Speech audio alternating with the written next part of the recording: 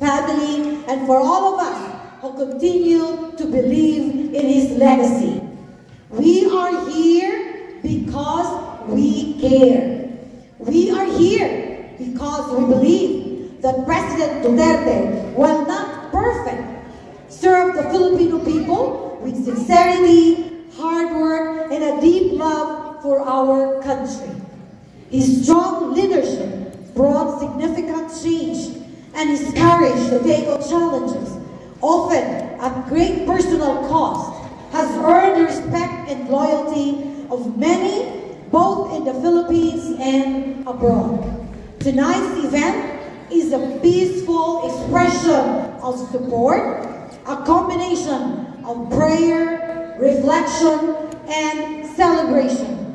We are holding this not only to mark his 80th birthday, but to pray for his safety, strength, and peace while in detention. We also pray for justice to prevail and for a safe return to his home, his family, and the nation he once led with boldness and heart. Like many of you, I am troubled by the way this case has been handled. I believe in due process, fairness, and respect for legal rights, values that must be upheld regardless of politics. President Duterte, like any Filipino, deserves that. Let us begin tonight with open hearts and united voices. We pray not just for one man, but for the soul of a nation. We pray for truth, we pray for justice, and we pray for healing. Let us again thank you for being here. May this night be filled with hope, peace, and the unwavering Filipino spirit. To start, I would like to celebrate the unity that grows out of our diversity. Ang lupain ito ay malugod na tumatanggap ng mga bisita sa nagdaan ng libu-libong taon. Aming pinasasalamatan ang mga katutubong tao dito sa Treaty 6 territory. The Cree, Blackfoot, Métis, Nakudishu, Iroquois, Dene, Anishinaabe. Kabutihang loob at sakripisyo na ibinigay at iniaalay nila para sa atin. Higit sa lahat, kinikilala namin ang ginagawa nila sa paghahabi ng bigla ng kasaysayan, mga wika at kultura ng lugar na ito. Sana ay patuloy nating mahalin ang lupain na ito, pangalagaan ang mga biyaya na tinaramasan natin at ipagdiwang ang pagiging isa mula sa ating pagkakaiba.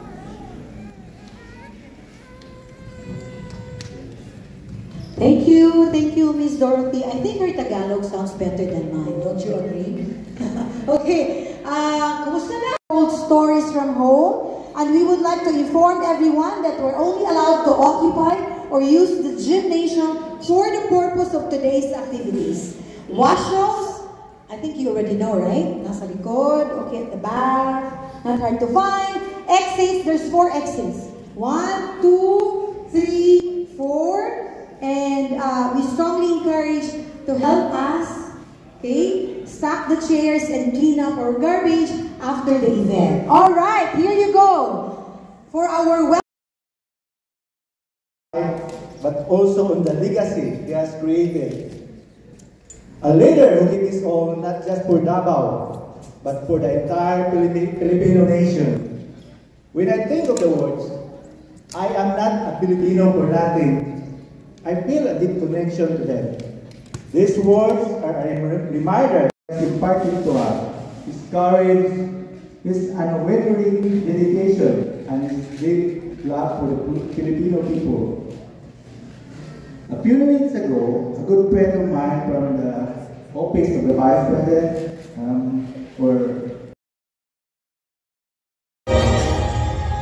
Mga kababayan, aking taus-pusong pasasalamat sa lahat ng mga Pilipino na sumusuporta at nagmamahal kay Dating Pangulong Rodrigo Duterte. Sa mga kababayan natin sa Pilipinas, the Netherlands at iba't ibang panig ng mundo, napakalaking bagay para kay Pangulong Duterte ang pagtitipon ninyo para sa kanyang pag-uwi at kaarawan. Maraming salamat at napapagaan nito ang mga hamon na hinaharap niya ngayon. Alam din ni Pangulong Duterte na haharapin niya ang ICC na kasama ang lahat ng mga Pilipino sa iba't ibang panig ng mundo, lalo na ang mga kababayan natin sa Pilipinas. Sa kanyang pagdiriwang ng kanyang 80th birthday, huwag natin kalimutan na ipagdasal sa Diyos na sana ay biyayaan pa siya ng mas magandang kalusugan at mas mahabang buhay. Hilingin din natin sa Diyos na sana ay makauwi na agad si Pangulong Duterte sa Pilipinas. Ang ating mga pagtitipon ay nagpapatunay ng lakas, tapang at paninindigan ng mga Pilipino. Sana ay magpatuloy din ang inyong suporta at pagmamahal sa ating dating Pangulo hanggang sa darating na halalan ng ating mga senador. Sa inyong kaisong suporta o pag-ampo, kami nagasandig o nalinaon na atong makabot ang hustisya alang kay Rodrigo Duterte sa mga Pilipino ug sa atong nasod, Pilipinas. Syukran.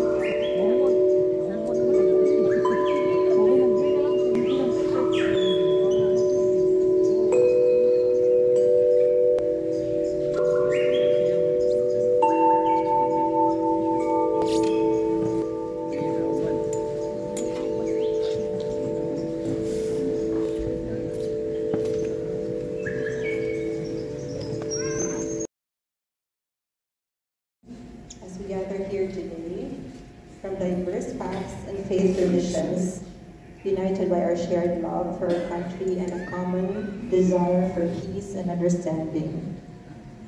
May we find a point of agreement in our values of justice and righteousness. May this space be filled with a spirit of unity and harmony, where we can listen, learn, and find strength in our shared purpose and sentiment. Let us now transform this space into a holy ground where we encounter God in a very special and intimate way. All please stand for the opening hymn.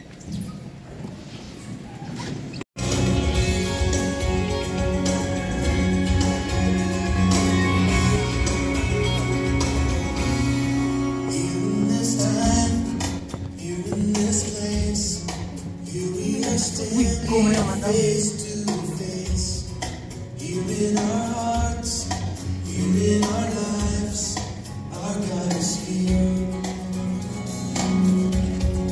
You're more than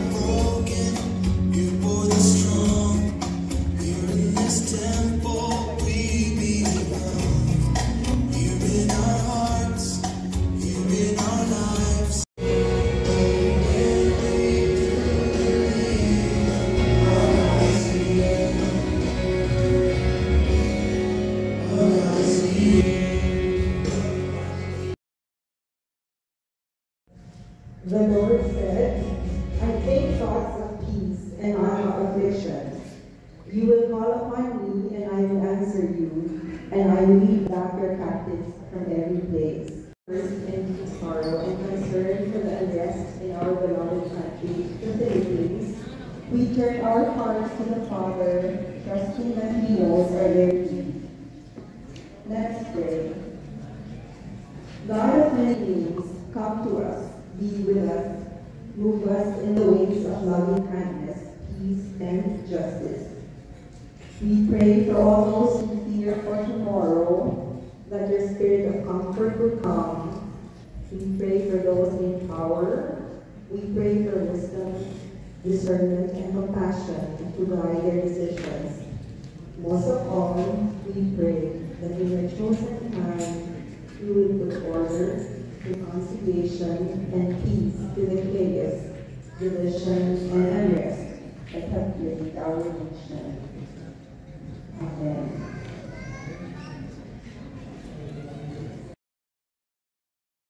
Ito ang araw na ginawa ng Panginoon. Tayo'y magsaya at magalaw. Ito ang araw ng luha ng Panginoon. Tayo'y magsaya at magalaw.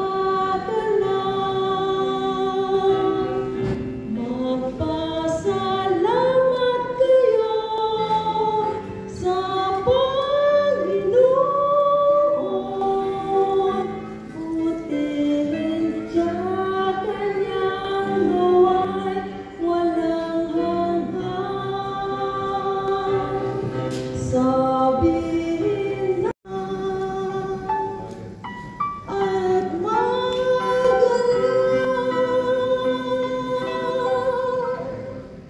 For every prayer, let our response be, Lord, give us your healing and peace. Lord, give us your healing and peace. Fear and leadership. We pray to the Lord. Lord, give us your healing and peace. We pray for the safe health and well-being of the Filipinos back home in the Philippines and abroad, especially our overseas Filipino workers. We pray to the Lord. Lord, give us your healing and peace. Compassionate God, we bring before you our former government leader, Rodrigo Roa Duterte. We pray for his physical, emotional, and spiritual well-being. In the absence of loved ones, surround him with individuals who will care for him and provide resources he needs to overcome his present struggles. Grant him your peace and comfort, we pray to the Lord. Lord, give us your peace.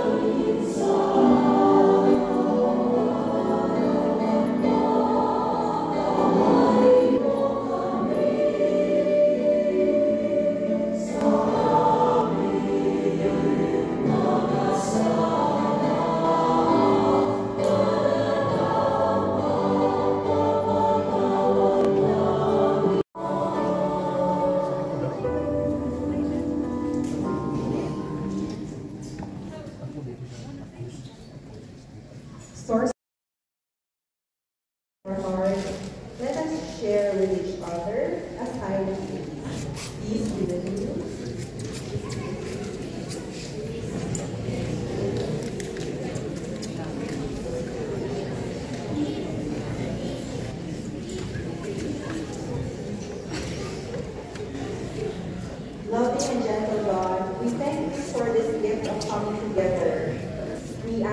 will never allow us to depart from you. In this trying time of our nation, we seek for your peace. These candles remind us of your light and your peace. Let this light guide us and keep us still. In the name of the Father, and of the Son, and of the Holy Spirit. Amen. And for a closing hymn, we will all together sing.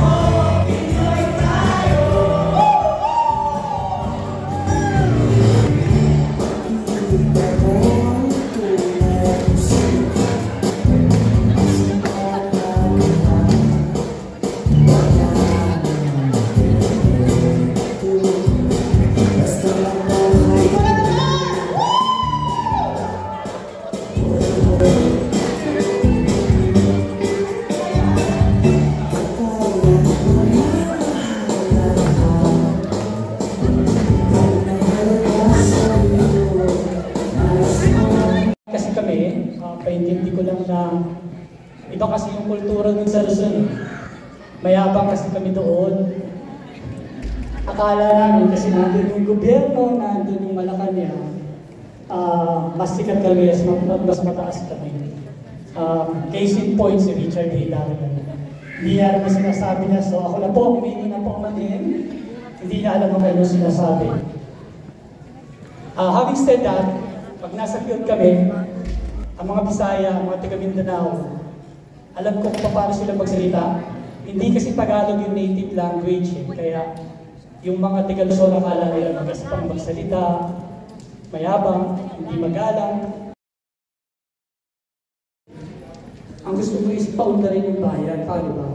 Ang gusto namin si eradicate yung NPA. Pero alam niyo po, napakahirap pong labanan ng NPA dahil marami po sa ating gobyerno noong panahon na ako kay Nando, mas gusto nilang malakas ang NPA dahil nandyan po ang pera habang may pera. So namamatayan ako ng mga sundalo, namamatayan ako ng mga kaklase. Inuuwi, siguro hindi ko alam yung all-out war na dinry yung Presidente Erap na ubusin yung NPA. Hindi po nababalita sa mainstream media na inuuwi yung mga bangkay ng mga sundalo natin para sa UNFT. Alas din po every other day sa media mo at sinasalubong sa surviving officer. Isa na po ako naging surviving officer ng mga kaklaseng tao ko. Bakit ko po sinabi yung parang naglolokohan lang? Kasi po pag nakapatay kami ng NPA, o legitimate operation, isang oras lang nandiyan ako sila Randy Dari, sila sa Doro Campo, binibay out na yung aktivista. Pero pag nakatay yung sundalo, casualty of war daw kami. At wala naman. Palakpakan natin si Dom. Wala si something.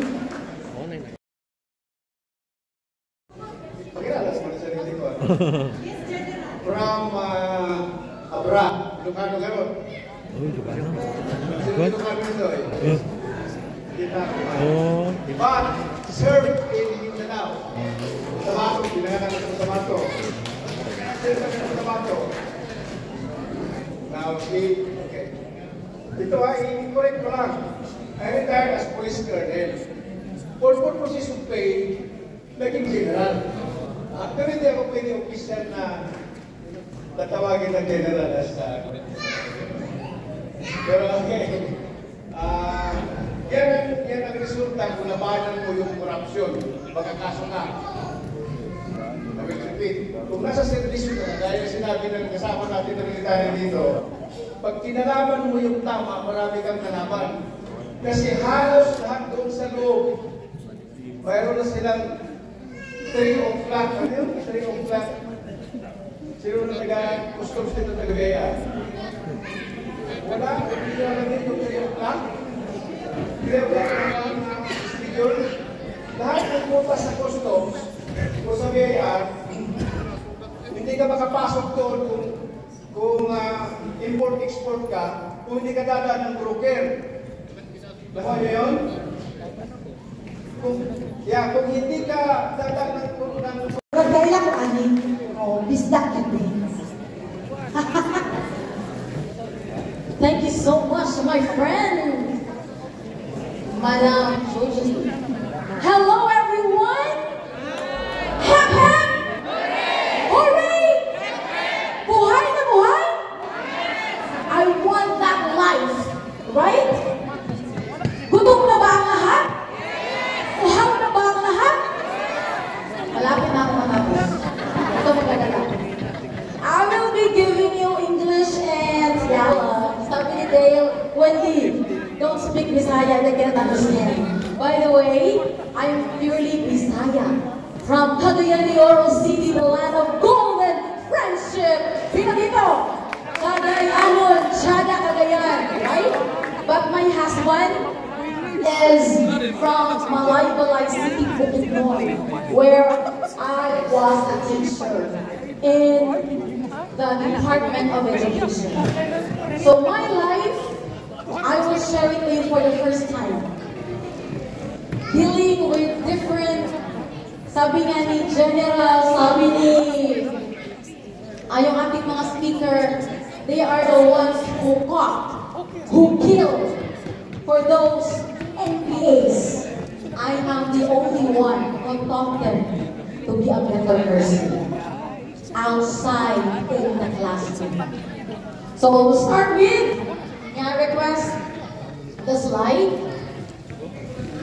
Because this time, I want to focus on transformative potential of education, particularly through the framework of the alternative learning system. What is that? It is about a program of our beloved President former Rodrigo R. Duterte. It is implementation that we have to help the illiterate, the non-literate, and of course, that system from the Bureau of Alternative Learning System in the Philippines, which I was working 12 years on the service. I'm here just 2019. And I started my life because I realized I want change. I look at there, tamang sinabi ni Sir, kung gusto mo lang tama, marami ng tawag. If you want truth, you have a lot of enemies, right? But if you want justice, go out. Hindi mo taga-rundol dito. Oh, may kapaysan doon. Sa Tablas, taga-Tablas po ako, taga-Udyoman Rundol. Ako po ay nagturo sa public school, Udyoman National High School for 12 years din po. And then Dr. Windy, po ako naging doctor, 12 units na lang para matapos yung masters. But 2019, dumating ko sa Canada. Nagtugbagay lang po yung aking babahagi sa inyo sa gabing ito. Una, yung experience ko sa panahon ng President Duterte. Pwede ko siyang tawagin tatay. Bakit? Naramdaman ko ang pagiging ama yung tatay dito. Nung ako po nasa Pilipinas, bawal mo mag-advocate ng mga teachers. Pero, doon sa akin, tri-bike, and tricycle, lahat ng sites, ay meron akong tawag posters ni President Duterte nung time. At maraming nag-question sa akin. Kasi bilang teacher, yung sinasabi na electionary bawal daw. Sabi ko, ready for dinner? Alright, so I would like to call Eusiranias to lead the prayer before meals. And I will with medical conditions, with high medical needs, diabetic, with dialysis, and so on. Bring him home! Bring him home! Bring him home! Bring him home! Reminder lang po, bring him home! Hindi mag-bring home!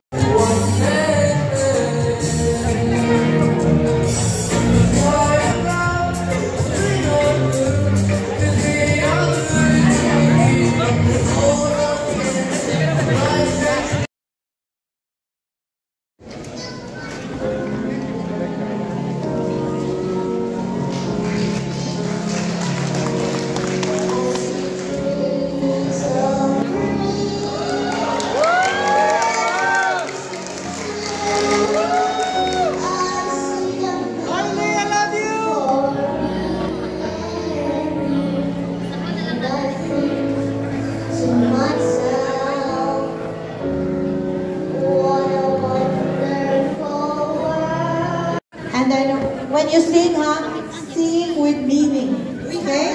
With feelings. Okay? With feelings, with meaning. Let's dim the lights. Pain na lang siya.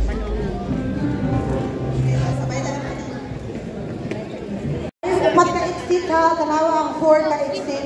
Ayun, hindi mo na kasi mga ang kuhan. Ay, nakainit dito. All kids, dito na, all kids! Dito na sa halap.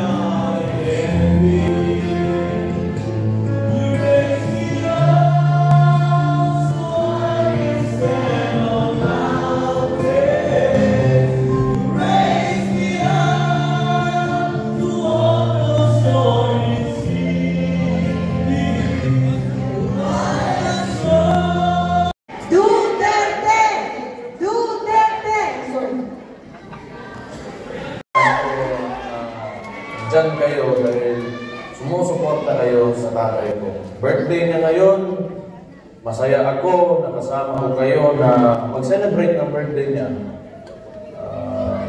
Yun lang, nasa Hague siya ngayon sa Netherlands, nasa ICC, kasi inaresto sa hindi tama na paraan, illegal na paraan, yung tatay ko at isinuko ni Bongbong Marcos sa mga doon sa Netherlands, sa ICC. So, kahit gano'n ang nangyari, masaya pa rin ako kasi nakikita ko yung suporta nyo. So, malaking bagay yan sa amin. Gusto ko malaman yun, malaking bagay talaga yan. At huwag na tayong tumigil hanggang sa hindi makabalik si PRRD. Kailangan malaman talaga ng administrasyon ito na hindi tayo pumapayag sa ginawa nila. Yun lang. Again, gusto kong magpasalamat kasi kung hindi dahil sa inyo, wala na akong lakas. Mahirap din yung sitwasyon. Alam ko, marami tayong nasasaktan ngayon dahil sa nangyari, pero mahalaga talaga na lumaban tayo. Hindi pwede na tayo ay magpapatalo lang. So, kailangan pakita natin na hindi tayo talaga pumapayag. So again, maraming salamat talaga sa inyo. Marami kayong oras na pwedeng ibigay sa ibang bagay, pero andyan kayo ngayon, andito kayo, nakikinig sa akin. Wala akong masabi sa inyo. So, mahal na mahal ko kayo dahil sa pinapakita niyo suporta sa tatay ko. So, isa pa, dahil ito ay resulta ng tingin ko na sobrahan ng politika ito si Marcos dahil tingin ko takot talaga sila na tumakbo yung kapatid ko sa 2020 kaya maraming mga movements o mga kilos sa politika laban sa pamilya namin na ginagawa ng administrasyon. So, gusto ko lang dahil I want to take this opportunity na huwag natin kalimutan yung mga issue, yung sagaa, pati yung sa PhilHealth, yung mga pera na hindi nila masagot. At yung kung paano ginagamit ang ayuda ngayon para sa eleksyon. Yun ang mahalaga rin na hindi natin patuloy na i-question natin at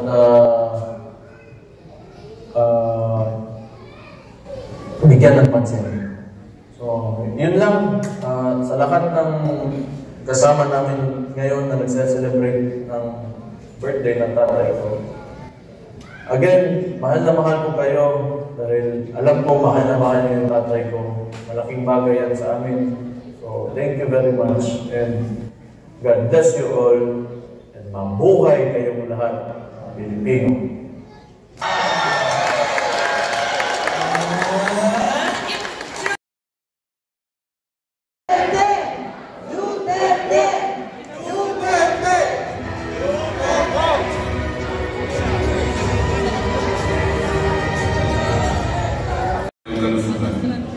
Maraming salamat po at tuloy po ang lahat.